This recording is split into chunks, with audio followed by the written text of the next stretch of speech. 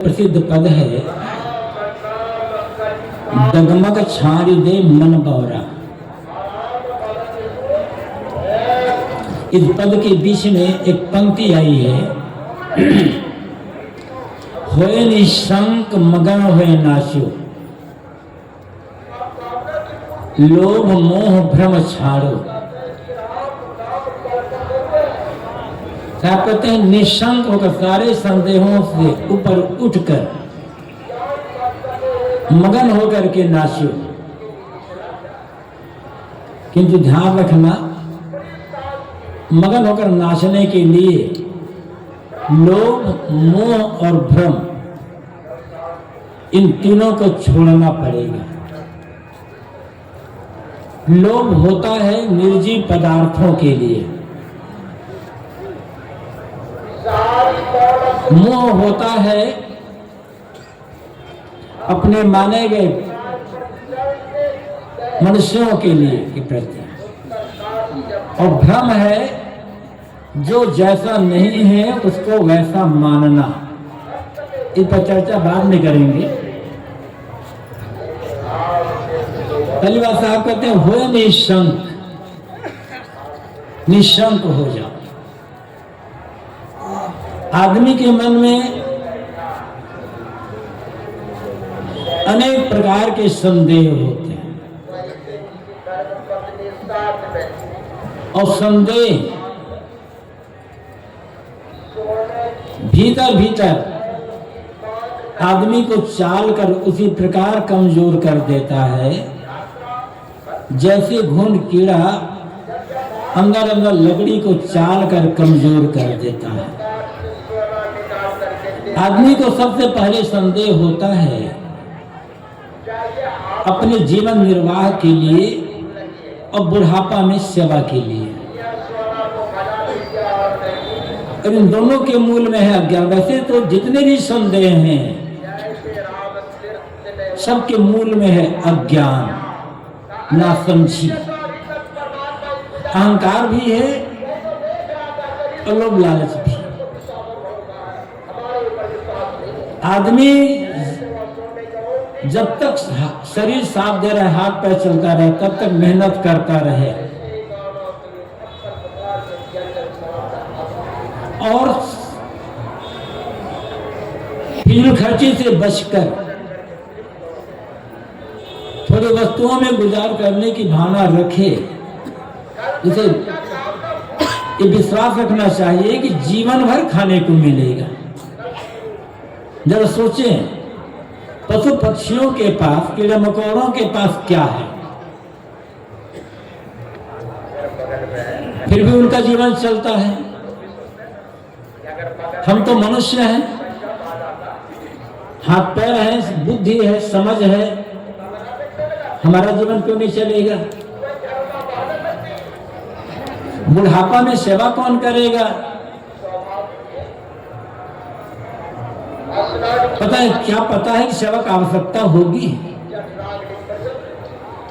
जब आप ये सूत्र बराबर ये सोचोगे, पता नहीं शरीर में रोग लगेगा तो दवा कहाँ से मिलेगी, दवा मिलेगी या नहीं मिलेगी, बुढ़ापा में सेवा कोई करेगा या नहीं करेगा, तो निश्चित समझ लें आपका बुढ़ापा कष्टमय होगा। बिना मतलब के आप रोग बुला लेते हो सकता है स्वस्थ होकर चलते फिरते शरीर छूट जाए। कभी किसी की सेवा की आवश्यकता ही ना पड़े, और सेवा की आवश्यकता पड़ेगी तो कोई ना कोई सेवा करने वाले मिल जाएंगे। गुरुदेव जी जब घर में थे, अभी था कि कुछ दिनों में घर वो छोड़ देंगे, सब घर वाले समझ चुके थे। वो एक बार गुरुदेव जी और उनके पिता दोनों साथ बैठे बात कर रहे थे। तो बात करते करते गुरुदेव जी के पिता ने कहा, साधु होने में बड़ा झंझट है, क्योंकि साधु का कोई अपना तो होता नहीं, घर परिवार बाल बच्चे। रोग लग जाए, बुढ़ापा आ जाए, कमजोरी आ जाए तो साधु की कौन सेवा करेगा? गृहस्थ हैं, उनके बेटे बहू है, नाती पोते हैं और भाई बिरादर है, तो गृहस्थी में, बुढ़ापा में, रोग में सेवा करने वाले बहुत मिल जाते हैं और साधु में कोई मिलेगा नहीं, उसका कोई होता ही नहीं है। इसलिए साधु होने में बड़ा झंझट है।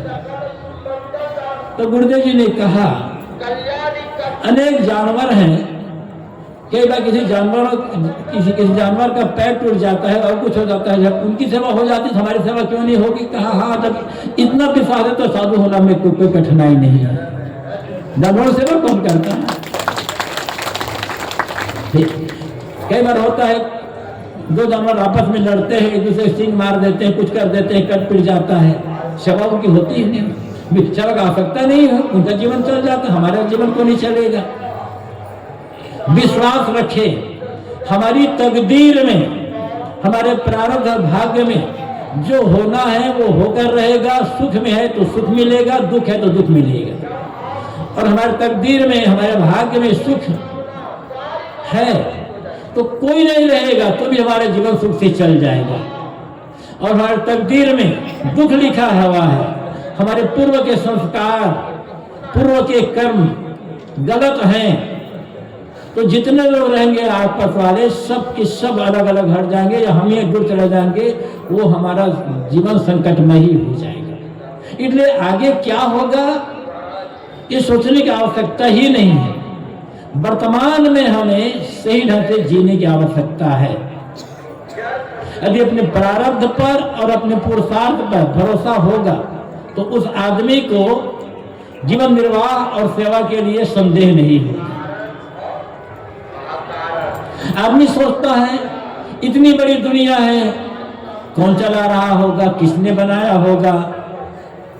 नियम से सूरज पूरब उगता है, पश्चिम में अस्त होता है, सूरज उगने पर दिन हो जाता है, सूरज अस्त होने पर रात हो जाती है। अनेक प्रकार के फूल फल हैं, एक ही डाली में अनेक रंग के फूल खिल जाते हैं। हिरण के सींग को कौन ऐड देता है, मयूर के पंख में इतने चित्र विचित्र कलाकारी कौन कर देता है? क्या मतलब होता है ये सब संदेह करने का? दुनिया तो है ही ना। ये सोचे कि हम दुनिया में आए हैं तो हमें क्या करना है। जो बन सके दुनिया की सेवा करो और सेवा करते हुए अपना कल्याण करो। दुनिया चलाने वाला वो खुद जान लेगा, चाहे दुनिया अपने आप चल रही हो या कोई चला रहा हो।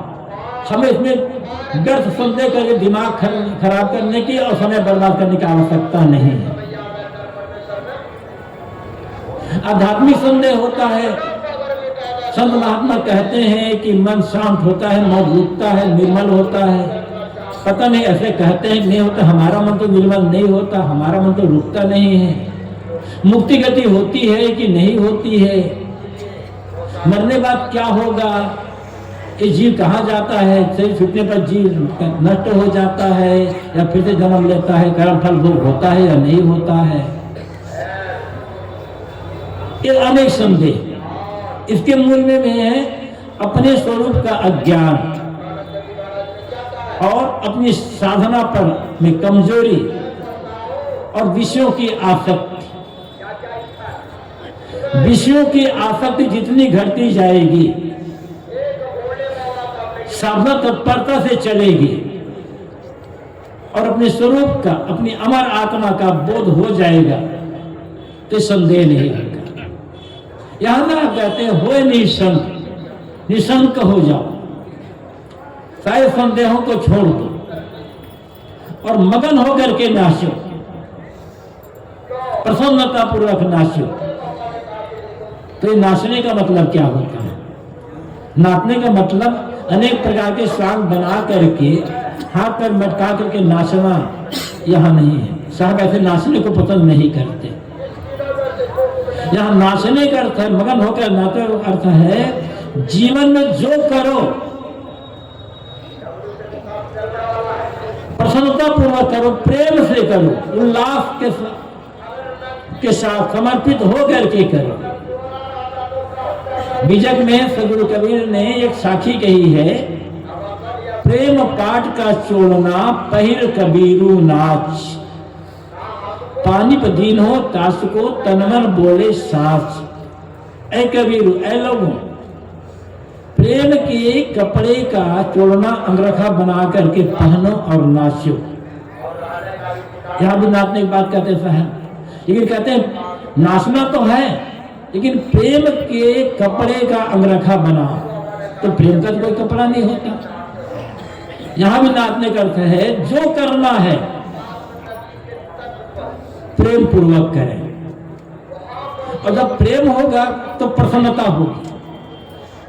बिना प्रेम के प्रसन्नता नहीं हो सकती है। जब किसी काम में प्रेम होता है तो प्रसन्नता होगी। जो भी करना है, जो भी छोटा से छोटा काम या बड़ा से बड़ा काम, जिस समय जो काम करने का अवसर आ जाए, समर्पित होकर के करें, एकाग्रचित्त होकर के और प्रेम पूर्वक करें, तो आपका छोटा सा छोटा काम पूजा बन जाएगा। मंदिर में बैठकर पूजा करना ही पूजा करना नहीं है, या अपने घर में आसनी बिछा करके आप बैठ गए पूजा करने, पूजा को उतनी तक सीमित न रखो। हम लोगों ने पूजा को मंदिर तक या धार्मिक स्थल तक या चौकी तक ही सीमित कर दिया है। कबीर साहब कहते हैं तो पूजा का अतिदेश करो। अतिदेश करने का मतलब क्या है? जहां हो, जिस समय हो, जो काम कर रहे हो, डूब करके करो, तो तुम्हारा कर्म पूजा, कर्म ही पूजा है। जो व्यक्ति अपने कर्म को पूजा नहीं समझता है, उसकी पूजा बेकार है, वो झूठी है, अपने को धोखा दे रहा है, दूसरों को धोखा दे रहा है। अपने कर्तव्य का पालन किए बिना पूजा करना अपने को और समाज को धोखा देना ही तो होगा। आप मंदिर में करते हो, घर में करते हो या कहीं भी करते हो, आप वो करते हो, अच्छी बात है, उस पूजा का खंडन नहीं है। किंतु वो पूजा करने के पश्चात आपका मन कितना शांत हुआ है, लोगों के लिए कितनी सद्भावना मन में पैदा हुई है, मन कितना कोमल हुआ है, ये देखना है। पूजा करते करते वर्षों बीत गए, मन वैसा का वैसा कठोर है, वैसा का वैसा चंचल और अशांत है, तो पूजा कहाँ हो रही है? केवल एक दिखावा कर्मकांड में समय बीत रहा है बस। पूजा का अर्थ है जो जो समय बीतता जाए त्यों त्यों ये मन की चंचलता, मन की बहिर्मुखता मिटती जाए, भोगों की लालसा खत्म होती जाए। भोगों की लालसा है किसी भी प्रकार का भोग हो, चाहे वो काम भोग हो, चाहे धन भोग हो, चाहे पद भोग हो, चाहे सम्मान भोग हो, चाहे प्रशंसा भोग हो, किसी भी प्रकार के भोग की लालसा मन में है तो पूजा नहीं हो सकती है। पूजा का अर्थ होता है मन की लालसा का मिट जाना। अनेक लोग कहते हैं साहब हम मंदिर जाते हैं, मंदिर जाते थे, इतने साल बीत गए और पूजा करते करते, भगवान की सेवा करते करते आज तक मन शांत नहीं हुआ, तो कहां से पूजा कर रहे हो आप तो किसी लोभ में पड़ करके कर रहे हो। हम ऐसी पूजा करेंगे, भगवान खुश हो जाएगा, हमारा धन बढ़ जाएगा, बेटे की नौकरी लग जाएगी, अमुक की बीमारी दूर हो जाएगी, मुकदमा में विजय मिल जाएगी। और तो आपने तो पूजा को व्यापार बनाया है, वहां तो आप भीख मांग रहे हो, पूजा कहाँ कर रहे हो? पूजा का अर्थ है मन में कोई कामना ना होना। कहते हैं ना कि भगवान भाव का भूखा है, तो आपके मन में भाव क्या है? धन का है, बीमारी दूर करने का है, नौकरी पाने के, व्यापार में मुनाफा पाने का भाव है, तो शांति कहां से मिलेगी आपको? और पूजा करते समय कुछ फूल फल या प्रसाद भेंट करते हैं। मंदिर जाता है आदमी तो फूल ले जाता है, कोई प्रसाद ले जाता है, रुपया पैसा ले जाता है, ठीक है, ये शिष्टाचार है, व्यवहार है। लेकिन इनसे पूजा एक सिर्फ बाहरी पूजा है, भेंट देना है तो जो एक खास चीज है वो भेंट देना होगा हमको, और हम उस चीज को भेंट नहीं देते।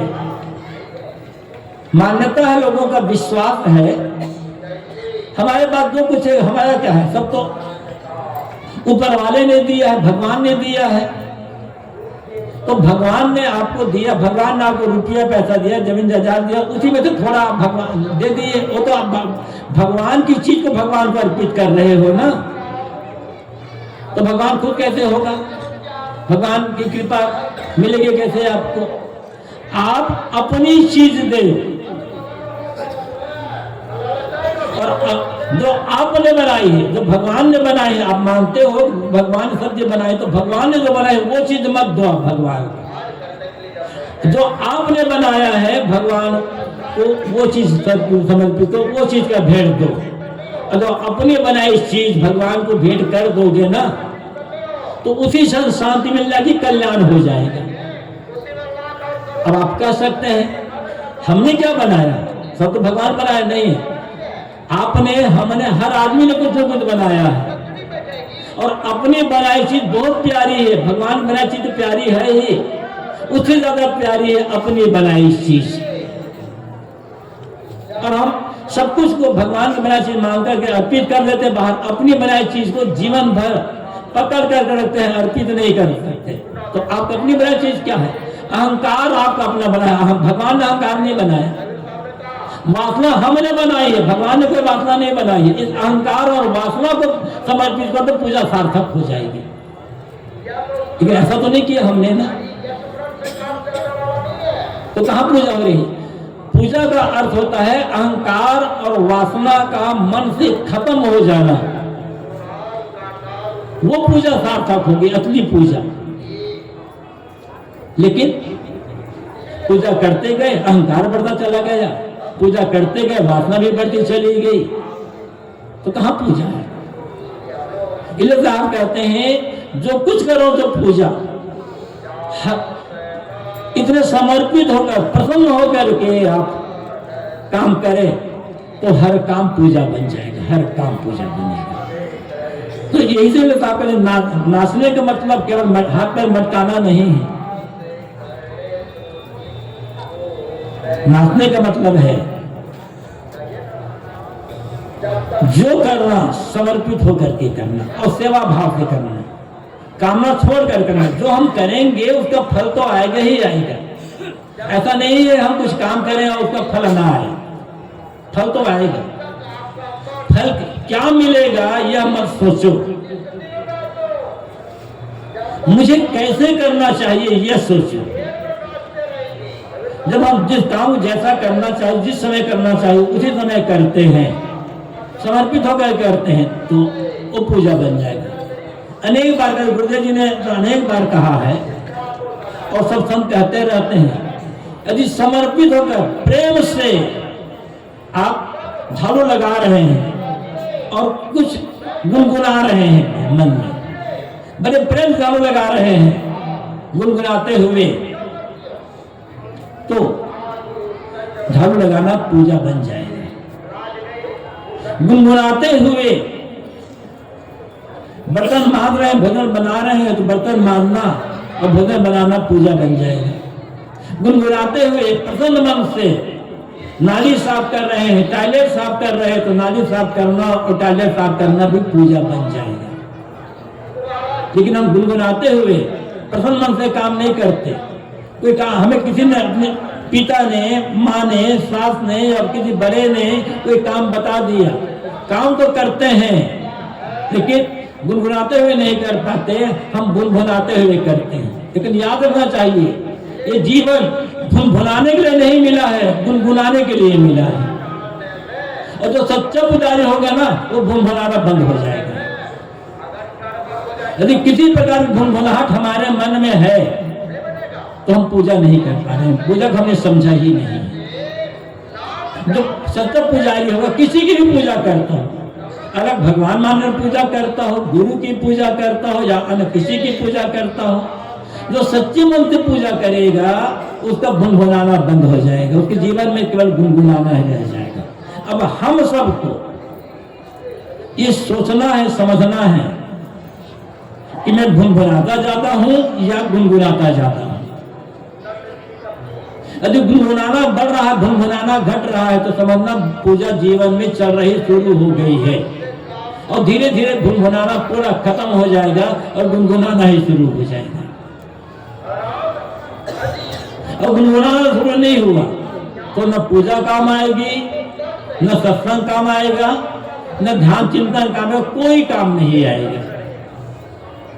जो कुछ कर रहे हैं उसका परिणाम क्या आ रहा है मन में। मन के काम करते समय या ध्यान करते समय, पूजा करते समय मन का भाव कैसा, मन की भावना कैसी है, जो मन की जो भावना होगी उसी अनुसार से हमें मन का परिणाम मिलेगा। बाहर परिणाम कुछ भी हो, मन की दशा क्या है काम करते समय, काम करने के बाद भी, और जब खाली बैठे हैं तब भी। काम करते समय मन प्रसन्न है, काम बंद हो गया तो भी मन प्रसन्न है, बिस्तर पर बैठे हैं अपने घर में तो भी मन प्रसन्न है। तो पूजा तो पूरे जीवन, पूजा तो जीवन में आत्मसात हो चुकी है। इसलिए सदगुरु कबीर कहते हैं, प्रेम पाठ का चोलना पहिर कबीर नाच। ऐ लोगों, प्रेम के कपड़े का ग्रह बना करके पहनो और नाचो, फिर तुम्हारा जीवन प्रसन्नता से भर जाएगा, मन में कोई दुख रह ही नहीं जाएगा। पानी दीन हो ताप को तन मन बोले साच। ये पूरी प्रकृति सत्ता उसके जीवन में चमक देती है। जिसके मनसा वाचा कर्मणा सत्य की प्रतिष्ठा होती है। झूठ से प्रेम करते करते झूठ इतना मीठा लगने लगा है कि थोड़े से सच्ची बात सुनते ही मन भयभीत हो जाता है, सच्ची बात कड़वी लगने लग जाती है।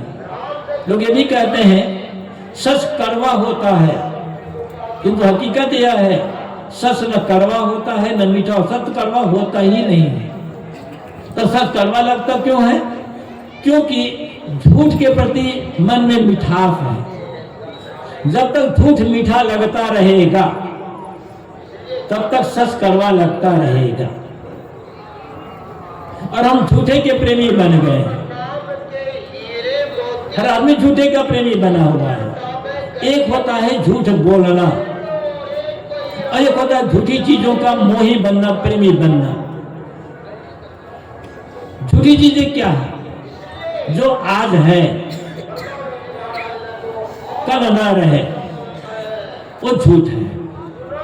अभी देखो ये सभा लगी हुई है, 2 घंटा पहले इस सभा की यह स्थिति नहीं थी जो अभी है, और आधा घंटे पश्चात इस सभा की स्थिति नहीं रहेगी जो अभी है। अभी लगता है कि सभा सच है, लेकिन 2 घंटे पहले यह सभा झूठी थी ही नहीं। यहाँ आधा घंटे पश्चात सभा खत्म हो जाएगी। तो इस सभा सच के हम ये मान लें कि इतने लोग हमारे सभागार में बैठे हुए हैं, सुन रहे हैं, और इसमें लुभा गए, तो जब यहां से लोग चले जाएंगे तब दुख होगा, मन में होगा अरे हमें सुनने वाले चले गए।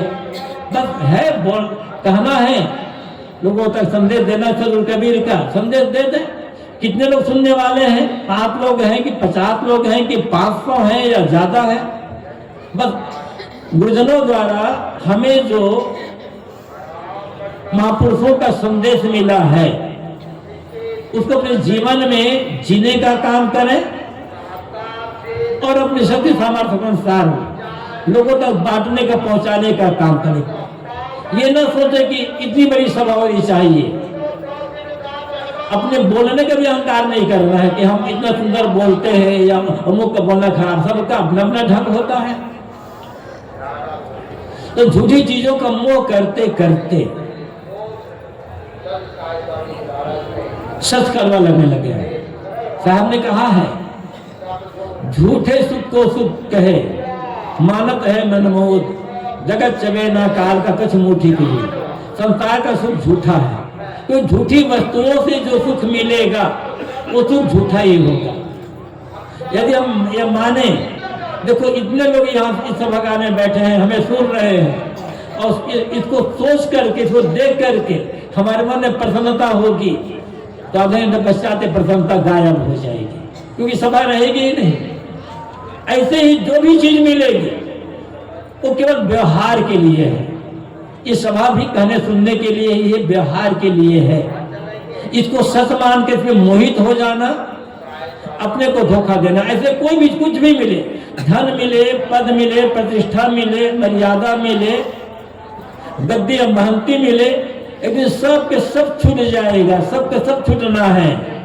किंतु हमारा अपना होना, हमारा अपना राम, हमारा अपना परमात्मा, हमारा अपना आत्मा, हमारा अपना चेतन, ये कभी छूटेगा नहीं। उस जो सच आत्म तत्व है, सत्य जो परमात्मा तत्व है, सत्य जो चेतन तत्व है, उसका जब बोध हो जाएगा, उसमें मन रम जाएगा, तब बाहर आकर्षण की चीज रह नहीं जाएगी। परमात्मा, आप उसको आत्म तत्व कहो, चाहे परमात्मा तत्व कहो, चाहे उसे ब्रह्म तत्व कहो, चाहे कोई और तत्व कह लो, जब तक उसका सच्चा बोध रहेगा, मन उसमें लगे रहेगा, तब तक मैं बाहर भटकेगा नहीं। अपने आप को, अपने परमात्मा को, अपने आत्मा को, अपने चेतन को, अपने राम को भूल करके ही हम दुनिया में मोह करते हैं। और राम को तो हमने छोड़ दिया, और दुनिया एक दिन अपने आप छूट जाएगी, तो न इधर हुए न उधर के हुए। इसलिए दुनिया की सेवा करें, दुनिया को अधिकार में रखने की भावना न रखें, दुनिया को खुश करने के चक्कर में ना पड़े। तो दुनिया को खुश कौन कर सका है और दुनिया को अधिकार में कौन रख सका है? बड़े बड़े कहलाने वाले आए, दुनिया को अधिकार में रखने के लिए क्या क्या कुकर्म नहीं किए। आज उनका नाम निशान भी नहीं है, उनके शरीर के हड्डी का चूरा भी नहीं मिलने वाला, सब इसी मिट्टी में दफन हो गए। इसलिए अधिकार की भावना छोड़ दें।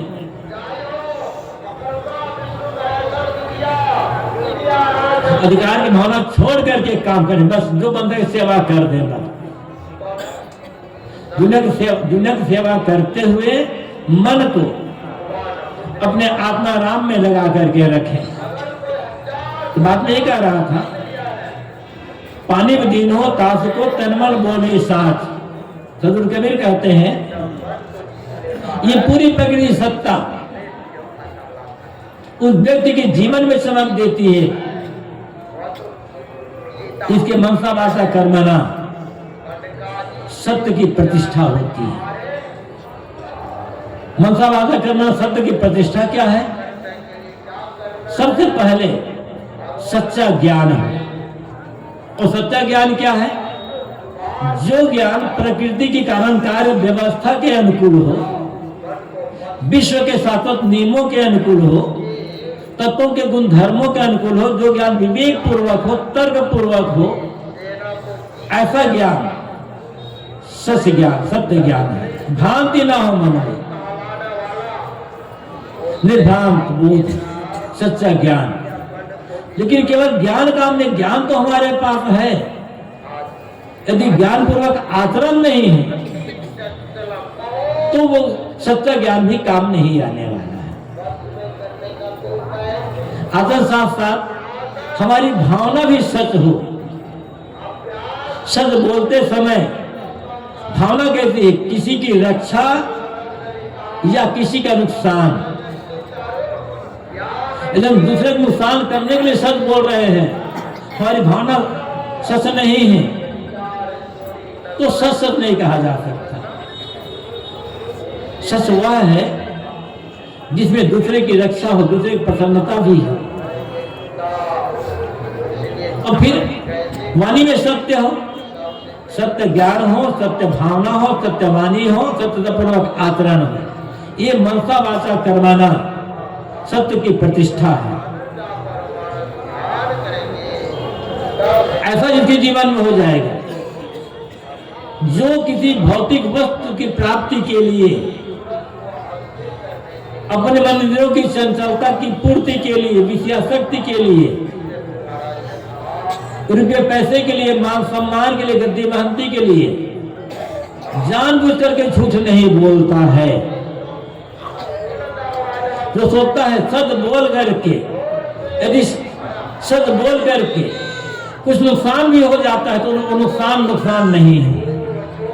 लेकिन झूठ बोलकर हम दूसरे से कुछ ठग लेते हैं तो पैसा मिल जाना कोई बड़ा लाभ नहीं है, क्षणिक लाभ है वो, क्योंकि हमने झूठ बोलकर जो ठगा है, ठग करके जो प्राप्त किया है, लेकिन वो चीज हमारे पास रहने वाली नहीं है। तो फिर हमारा मन खराब हुआ, संस्कार खराब हुए और चीज भी छूट गई तो फायदा क्या हुआ। इसलिए जितना संभव हो अपने अपनी श्रेणी शक्ति योग्यता के अनुसार हर व्यक्ति को सच बोलने का प्रयास करना चाहिए और सत्यता पूर्वक आचरण भी करना चाहिए। बोल करके नकार देना ये झूठ की पूजा है। जो कहा है वैसा करने का प्रयास करना शक्ति चले तक। मैं बाद में नाचने की कह रहा था, होए निशंक मगन होए नाचो, लोभ मोह भ्रम छाओ। सदगुरु कहते हैं निस्संदेह हो करके खुले मन से प्रसन्न होकर के नाचो, मतलब निस्संदेह विश्वास पूर्वक सही मार्ग पर चलो, सही व्यवहार करो और सही काम करो, तो जीवन में मगन होकर नाचते रह जाओगे। पूरे जीवन में प्रसन्नता ही रह जाएगी। लेकिन इसके लिए शर्त है, लोभ मोह भ्रम छाड़ो। लोभ मोह और भ्रम को छोड़ना पड़ेगा। मैंने कहा लोभ निर्जीव पदार्थों के लिए होता है। मठ, मकान, जमीन, खेत, खलिहान, रुपये, पैसे, सोने चांदी के गहने, गद्दी महंती, ये सब निर्जीव है। इनके प्रति आकर्षण, इनके प्रति पकड़ बुद्धि लोभ है। चीजें कम है, ज्यादा है, यथा योग्य प्रयोग कर लें, लेकिन ललचाए ना। लोग को मतलब है ललचाना, देख देख करके ललचाते रहना, और मिले ये ललचाते रहना। ये ललचाना बंद करें। जो मिला काम करें शक्ति अनुसार से, समय शक्ति योग्यता अनुसार से भरपूर काम करें, और उस काम में जो फल मिल जाए उसमें संतोष रखें और उसमें गुजारा करें। कहते ये पहले ऐसा कर, मगन होकर नाचना है, प्रसन्नता से जीना है तो लोभ छोड़ना पड़ेगा। मोह होता है सजीव प्राणियों के लिए, और प्राणियों में भी मनुष्यों के लिए जिनका अपना माना जाता है, अपना परिवार, अपना कुल कुटुंब, अपना मठ, अपने आश्रम के सदस्य, इनके लिए मोह होता है। और मोह जहां होगा वहां कहीं न कहीं पक्षपात होगा। जो बन सके आदर दे, सम्मान दे, प्रेम करे, सेवा करे, लेकिन किसी एक व्यक्ति विशेष से मन को चिपटा करके रखे ना, ये मोह ही तो भव सागर है। मानव में गोस्वामी जी ने कहा, मोह सकल व्याधिन कर मूला। सारी व्याधियों, सारी भव व्याधियों का मूल ये मोह ही है। और मोह ही वो भव सागर है जिसे पार करने के लिए ये मानव जीवन मिला हुआ है। तो प्रेम करना है, लोगों को प्रेम देना है, सेवा करना है, आदर सम्मान करना है, जो करना करें, लेकिन मन को चिपकाए ना। कि जितना चिपकाओगे उतना भयभीत रहोगे, चिंतित रहोगे और मन अशांत बना रह जाएगा।